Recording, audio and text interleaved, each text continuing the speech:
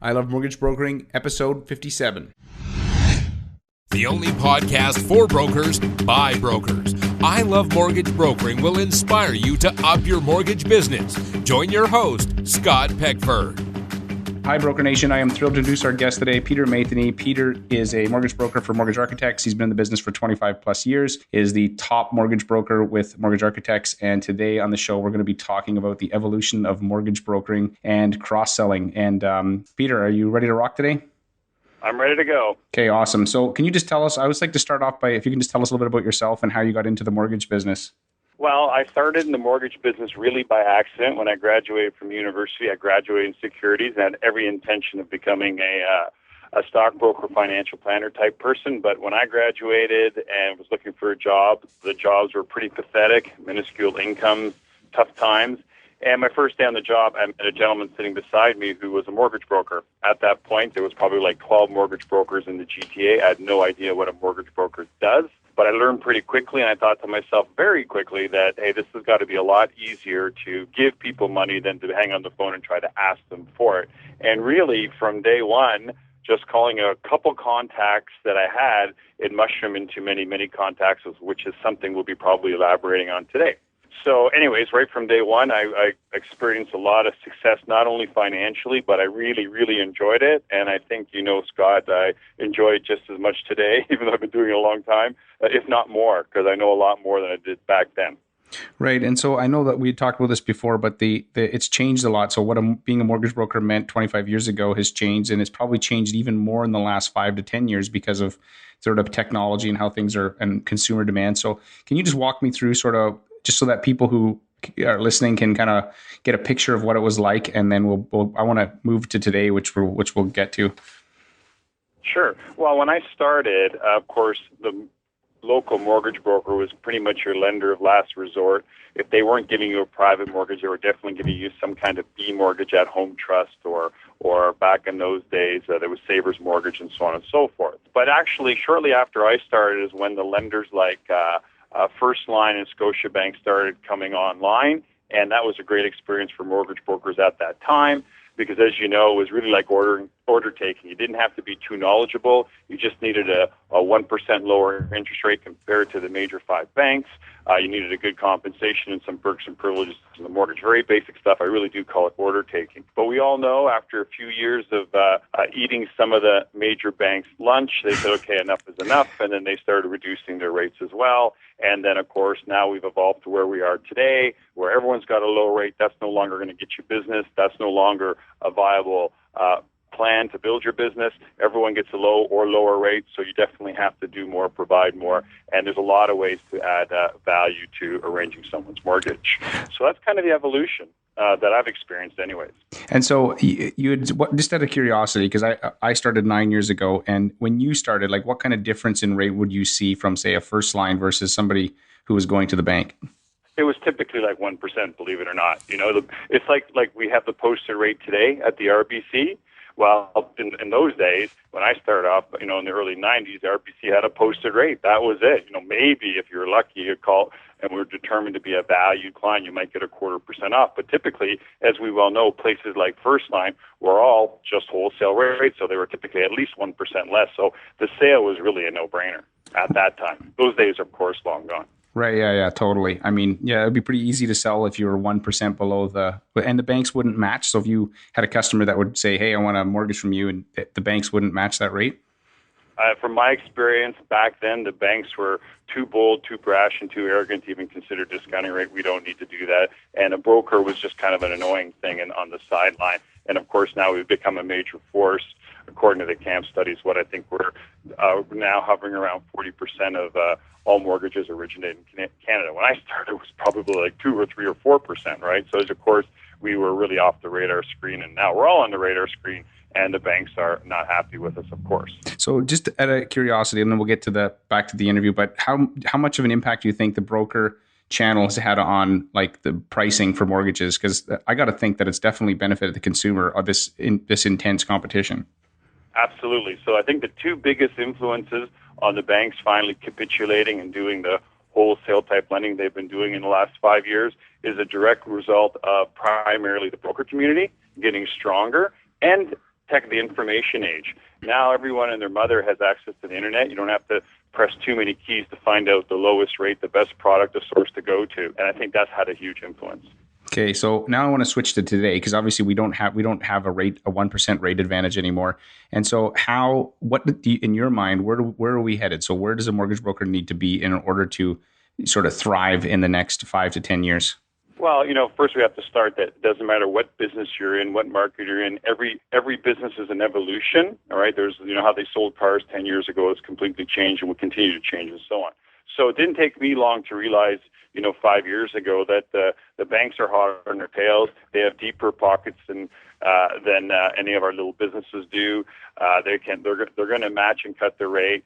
And unless we do something different, we're going to start, plus our commissions by our suppliers are being compressed because we've got to be more competitive. So it's coming out, even though we may not be buying down the rate, but in the bigger picture, that's coming out of our pockets because our lenders have cost of funds too. So it didn't take me long to realize, it was a good run and there's still potentially a lot of money in this business, but we got to change our strategy. So I think people in all of our community kind of hit a wall recently saying there's really no more upside on just trying to sell the rate and only deal in mortgages. We've got all these wonderful clients we've accumulated over the last 5, 10, 15, 20 years. They're super loyal to us, far more loyal than they are to any bank or bank teller. And here we are only giving them a mortgage and then handing them over to the supplier. Not all suppliers, because we do have monolines, but handing them over to the bank, and the bank is just drilling down and really making money off of them. Because we all know that the least profitable product at an institution is the mortgage. The margins are the number looks big, but the margins are very thin. If it was up to most banks, they probably wouldn't even be in the mortgage business, but they do that because it's an anchor product. It's an anchor product to sell them all the other junk, the line of credits, the credit cards, the bank accounts. And I don't mind sharing this statistic with you. It's no big secret, is that Scotiabank, 80% of their new retail acquisition clients, 80% of them, they're originated from mortgages delivered to Scotiabank by the broker community, right? They don't have the walk-in business anymore. They're not getting clients off the internet. 80% of their new client acquisitions on the retail side are for the mortgage broker community. All the power to them, but there should be a lesson in that for us. And the lesson is, why are we giving these clients away to the bank? Why are we getting shut out? And why aren't we really capitalizing and making more money off these great relationships? And so how's your office specifically taking advantage of this sort of what you obviously recognize that the banks are doing so well? And it's incidentally, like I noticed that Scotiabank, they train their closers. So the people we hand off to, they're not just giving them to sort of the junior, they're handing them off to their top salespeople because they're really wanting to build those relationships, which is good on them. It's their business. Good on them. Right. So what have you guys been doing to sort of kind of evolve to meet that? Well, just to compliment what you just said, and hopefully every broker knows this, is coincidentally, I was with a broker last night at a presentation, and she was saying she happened to accompany her client to the branch for branch signing just because she knew the client well, whatever. And she told me it was funny that when the client was at the branch, she compared it to a timeshare sales pitch, right? She says, oh my God, they were trying to sell her absolutely everything under the sun. So I just want to kind of compliment what you said. It's so true. They're like timeshare salespeople. They're trained to dig, push, and get you to sign everything they possibly can. Okay? So I think your question was, I digress, was how do we incorporate in our business? What are you doing now to sort of like evolve to meet that? Yep. So I'll talk about the separate business I run in tandem with my mortgage business. Got nothing to do with my broker of record or me working at Mortgage Architects or someone working at Dominion.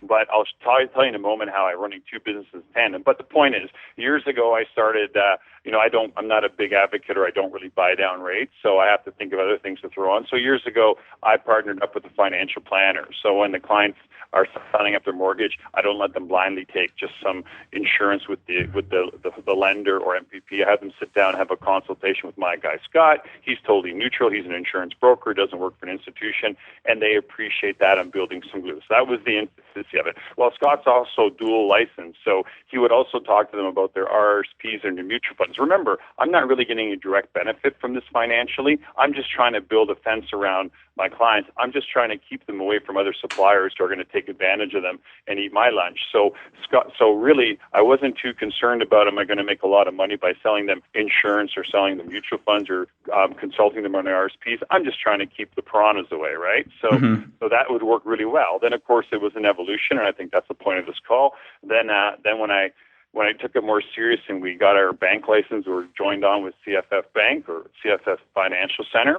You can Google it if you want. The point is then we were allowed to do bank-type products. So now I give my clients an unsecured line of credit, anywhere from $10,000, $15,000, $25,000. And that's my line of credit. That's not a line of credit I'm sending them down to the Scotia Bank or the TD, and they're giving, that's my line of credit. It's in-house, and I do get paid, and I do build a book, and I do have hopefully $1 million worth of easy one secured or unsecured line of credits, I should say, at the end of 10 years, and I have a book, and I have a business, and I have something to sell. So that is creating wealth for me, both short. I get paid, of course, as I process every line of credit, but if I get these people to activate and drop balances on their line of credit, I'm getting credit for that because I am the bank branch. And then without making this too verbose, and then now, of course, RSP seasons, I've sold a ton of RSPs. We have a 3% 5-year GIC now. Every day I sell 3 or 4 GICs, and if you don't know this, they're all $100,000 each because we're CDI and C insured. So, of course, you know that everyone's insured up to $100,000. But I do want to point out one really important thing you and I talked about before, Scott, is this. I want everyone to be clear. I'm not going out and learning how to write it up an RSP. I'm not going out learning how to underwrite an unsecured line of credit. I'm not learning about GIC, so to speak.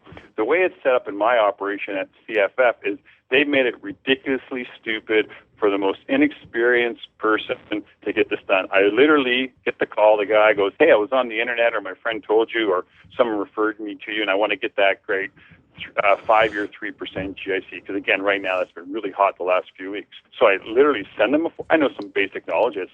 But my knowledge is it's 5%. I mean, it's 5 years and it's 3%. That's about all I need to know. So I email them a little fancy form that CF Bank has customized for me. They check a box. They initial it. They sign, put their email on it. It's simple. They return to me. I fire it off to CF Bank. CF Bank sends the client the confirmation to receive it. I get CC'd on it. CF Bank, in my case, does the whole sales pitch. That they have 50 people there that are selling retail products like they did at ING over the phone, and they make the complete sale, and they keep me into the loop to any degree I want to be kept in the loop. Now, do I get compensated when I sell a GIC and put on my books? Yes, I do. Do I get compensated when I sell a $25,000 line of credit? Yes, I do. It's like a whopping $100, but I'm not doing it for the $100. I think you already know that I'm doing this because now I've got these clients basically bundled up. It's a very clear statistic that the banks have worked on for many years. Once your client has 2.5, let's even call it 3 products with you, 3 financial products, the probability of them doing business elsewhere drops dramatically, drops like by 80%. So our goal, or the model that our operation is to have at least 2.5, or let's call it 3 financial products with them, be it insurance, be it a line of credit, be it a GIC, be it a mortgage. And then not only they, but everyone in their circle of influence and their friends and family neighbors, they really don't make a move without calling you first. Because you've got so many lines of business and the relationship. So some of the questions I was going to ask you just basically blew right through the answers, so I don't need to ask them, which is awesome. Makes my interview easy. But I do want to ask about, you had mentioned to me before about a guy in your office who's kind of taking advantage of some of the unique things that you guys do to build his mortgage business. Can you chat about that a little bit? Well, yeah, I'm going to take a little different angle on that. You know, if you're a lead planner or a mortgage broker who's building a team, you're trying to attract new mortgage agents, I mean, hey, you can only kind of cut a pie so many ways. So, yes, you have the personal bond, but the commission, you're going to, and I don't run a big office, a lot of agents, but from what I understand, hey, you can only cut your commission. You always have so much overhead. But if you're recruiting agents and building a team, building a brand, it's easy if you're giving other products, because when you're interviewing that new agent, you'll be going on about, yeah, of course we do mortgages, and I'll take a small percentage of your business, but I'll give you training. Everyone gets training nowadays, right? But I'm going to empower you that you can give a line of credit, you can give the guy insurance, and you can do all these. Not only can you give it to them and get paid for it right up front, you're going to build a much stronger bond. It's going to give you a huge lift in your mortgage business. Even if you never made a penny from these sundry products, the real goal is to give a huge lift to your mortgage business, to not buy down rates, to make more money on every transaction. So I'll give you that. Now I'll get to your answer. Matt, who's one of our relatively new agents, who was an agent in the past, came up from the States, long story short is he's just developing his client base. He has very few clients. Well, this guy is on fire selling unsecured line of credit. So why is he selling unsecured line of credit? Yeah, he's getting paid on all of them, and for him, that's a good chunk of money right now. But more importantly, he's getting his hooks into these people that are maybe 25, 30, 35 years old, and he's setting them up and getting them on their feet with their unsecured line of credit. And now they're on his mailing list. Now they've created a bond. Now they've created a relationship. And I'm guessing when it does come time for them or anyone they know to get a mortgage, they're going to say, hey, Matt's the go-to guy. He'll take care of everything. And not only take care of anything, on Matt's side, he probably doesn't have to have too many conversations about what's the lowest rate. He's probably going to be able to charge a reasonable rate and get full compensation on his mortgage, and that's ultimately what he wants to do. Mm-hmm. No, yeah. When you answer your question? Yeah, I did. Yeah, and that's what I wanted you to share, because I thought it was interesting how he's doing a killer job of taking advantage of sort of a unique offering that you guys have, and beginning a conversation with someone around their finances, and then when I chatted with him, it is turned into business even immediately. It wasn't intended that way, but it's turned into business because of, hey, why don't you look at this too, right? Well, he's the kind of guy who can go to a trade show, can set up a booth at a wedding show or whatever, and write 100 unsecured line of credit applications and probably get more than half of them approved, right? Mm-hmm. And so that's something you can do immediately on the spot, and that's great compensation, but just think about all those relationships, all those seeds he's planted for the future. I wouldn't want to be running like a mortgage booth at a wedding show or a real estate, a trade show. That's tough sledding. Mm-hmm. And so I want to just ask you something you just mentioned. So with this guy, Matt, or anybody, or even yourself, who's been doing this for 25 years, part of the reason that you've had the success that you're able to have now is because you've stayed in touch with your clients. So I'm just going to veer off slightly, but how important is it, or has it been for your business to stay in touch? And maybe give me an idea or two on how you've done such a good job of that. Well, I don't, for those that don't know, I don't advertise publicly. You won't find me in the yellow pages. We do not, or I don't, or generally speaking, our office does not accept any business that wasn't introduced to us by someone we know. So if someone calls us from the internet, hey, I saw the internet, we don't do that business, only because we've already done all the analytics. Closing ratio is low, return on time is low. It's just not good business, right? Mm-hmm. Right?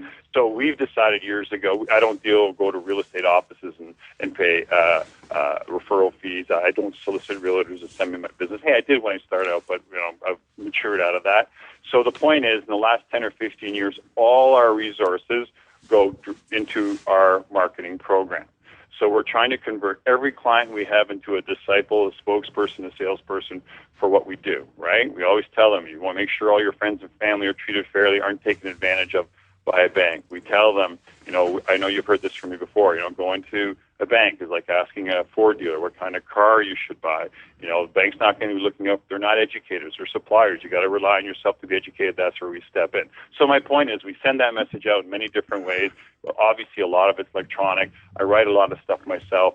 I have a guy proof it, edit it, and send it out. I have snail mail as well. I do the magazine thing. So the long story short is, we do keep in contact regularly. I think they are saying statistically you should have 6 touches per year. Well, we're way over that. Maybe it's I'm like about 3 or 4 touches every month, mm-hmm. But it's not just junk. It's not just templated stuff. It's stuff that I take time, that I personally write it. People know I write it, and I get it cleaned up and delivered. And people sense that. People sense that, if you're doing it or just a mass marketing. So you do have to be careful with your marketing. You want to make it as legitimate or as intimate as I'm trying to say as possible, because you have to give people credit. They sense that. Mm-hmm. So anyways, that's a long answer for it. That's we don't people approach us all the time. Hey, why don't you put an ad in the paper? Why don't you go on Rogers TV and do this show? I go, that's totally not our thing. We're not mm-hmm. looking for clients that aren't introduced to us, because one last time we've done the metrics, and for our business, the highest rate of return, the critical path, is dealing with people that are introduced to us by an existing client. Right. That's good. I remember one time I met with you with a friend who was new in the business, and he'd asked you, he said, so if you were in your first 3 or 4 years, what would be your goal? And you had said to him, I would do everything I could to find 250 clients. And then once I have that, I would spend all my time and energy investing in those 250. So I know that you're going to have to like just I want to ask this because it's come up a few times lately, and I'm chatting with newer brokers. But if somebody's new, like what's your advice for someone that's just trying to get those first 250 clients? Well, you know what? It doesn't even really take 250 clients. You know, if you can get a circle of influence, even 10 solid people, we got to remember that it's a referral tree. So those 10 solid people, each one of them is probably good for another 2 or 3. And those 2 or 3 are good for another 2 or 3. So it doesn't take long to mushroom. So I guess my best advice is, you can always do the realtor thing. Obviously go there and create a network. But I think you're going to get just as many, believe it or not, statistically, if you had 1 or 2 clients that are relatively sociable and go to networking meetings, they're probably going to send you more clients than a realtor will. But the point is, use your social circle. Everyone's a potential salesperson for you. Not that they necessarily need a mortgage. Tell them what you do. Don't be afraid to ask. Without digressing, every one of my emails that when I started is, hey, it's great to hear from you. I hope you're finding my email updates useful. Please share them with others. I'd appreciate others that you feel would like to save money on their next mortgage. I'd appreciate that. So I'm always leading with that. If it's a social networking thing, if it's a conversation, if it's an electronic email, who knows what. So anyways, my point is you just have to get the message out there, lean on your network, but make sure they understand that even though there's no fee or charge for your services and you're getting them a great interest rate and great experience, you do expect them in return to help. You expect them in return to understand you have a small business and that we're all here to support small businesses. Mm-hmm. No, that's awesome. So I kind of went off track there a little bit, but I wanted to pick your brain on it since I have you on the phone. And so the CFF thing, how can people find out about this? Where can they go check it out? Well, I haven't been on the CF Bank website in the last week or so, but if you went to Canadian First Financial Services or CFF Bank, I know there's a mortgage broker portal. Of course, you can contact us, and you could reach out and say, hey, I spoke to Peter, I spoke to Scott. I heard of this is no big secret. It was just, there's 30 branches already in Canada. By the end of the year, there's going to be 60. So this is taking off. And again, just in closing, any mortgage broker that wants to take their business to the next level, wants to stay ahead of the curve, wants to be an early adapter, because, again, they're going to do this eventually if they want to be successful. Having said that, some people are just happy with the status quo. They're saying, you know what, I don't need that in my life. I just, if I can just maintain what I have, I'm happy. And I respect that too. But everyone who wants to build a business, wants to build a practice, is really looking to make more money with less effort. This is really the way to go. And I'm not saying CF is the only one. There's other avenues you could take. But this is the one that works for me for the reasons we just talked about the last 20 minutes. Mm-hmm. No, awesome. Well, I really appreciate your time, Peter, and I hope that you absolutely crush the rest of your year. Well, thanks very much, and we'll be talking soon. The only podcast for brokers by brokers. I Love Mortgage Brokering will inspire you to up your mortgage business. Join your host, Scott Peckford. Hey, Broker Nation, Scott Peckford here. Have you joined our VIP club for mortgage brokers yet? If not, you're missing out. We share exclusive content not available on the web or the show. We share scripts, step-by-step guides, and other insider tips to help you save time and make you more money. I can't tell you how many times after I turn off the recorder, a guest starts sharing some awesome advice or a script or a tip, and I take the best of this and share it with my VIPs. If you want to get on the list, visit ilovemortgagebrokering.com/VIP. That's ilovemortgagebrokering.com/VIP. Oh, and one other thing.